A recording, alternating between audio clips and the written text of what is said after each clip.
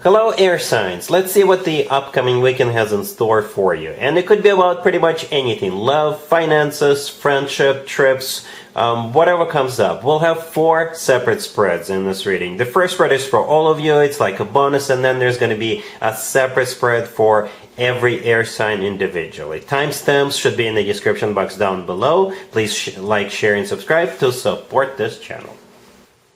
This first spread is for all air signs. We have the Tower clarified by Death. We have the 6 of Wands. We also have the Sun. And we have the 5 of Swords on the bottom of the deck. You could be dealing with a Scorpio.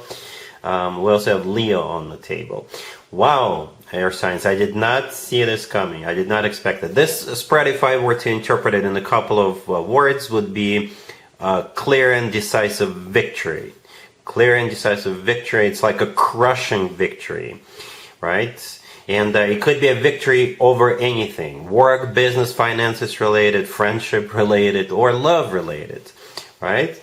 Yeah, with the Tower clarified by Death, the first 2 cards all the way to your left, both are major arcana cards, and both of them could be interpreted as cards of Scorpio, right? But at the same time, both of them could be interpreted as cards of ending, like abrupt ending, when things fall apart with the Tower.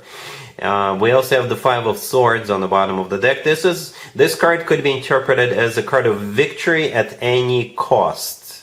Victory at any cost, and I think that's exactly what it is with the Tower and Death and the 6 of Wands right there in the middle. The 6 of Wands is a card of victory, success, recognition, feeling good about yourself, feeling good about what's going on. It's a card of being awarded, rewarded, recognized, or simply it's a parade. It's a victory parade, right? The Sun right next to the deck could be a Leo you're dealing, but the Sun is the happiest card in the deck. Alright, so let me know in the comments down below what's going on. But this is a victory at any cost, and everybody knows it. It's like whoever your opponent is, I don't think they can recover from something like this, because you're just crushing them.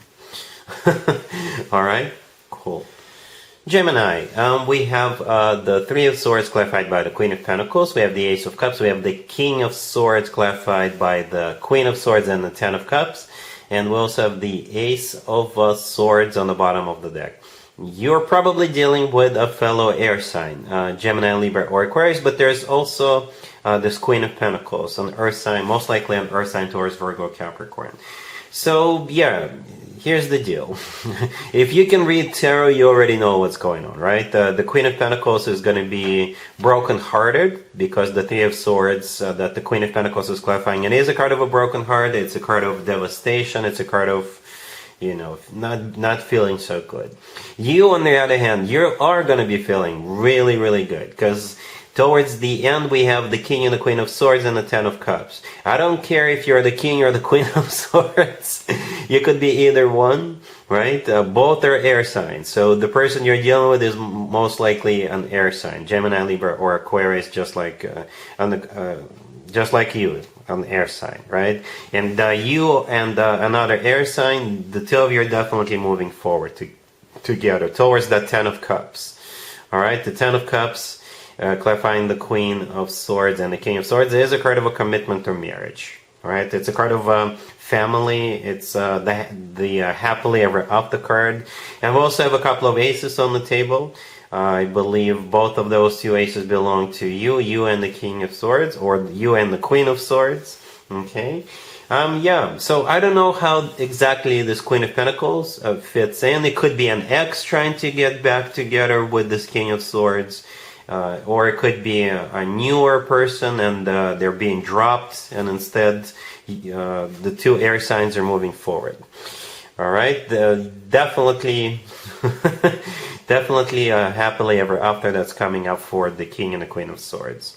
Alright, cool.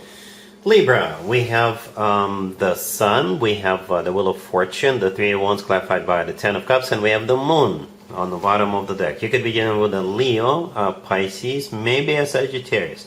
I love this reading. It could be interpreted a couple of different ways, at least the beginning, or a couple of cards on the table could be interpreted a little bit differently as to what they mean. Right? We have both the Moon and the Sun on the table.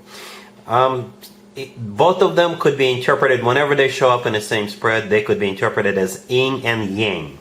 Most of us know what it is. If you don't, Google it. All right.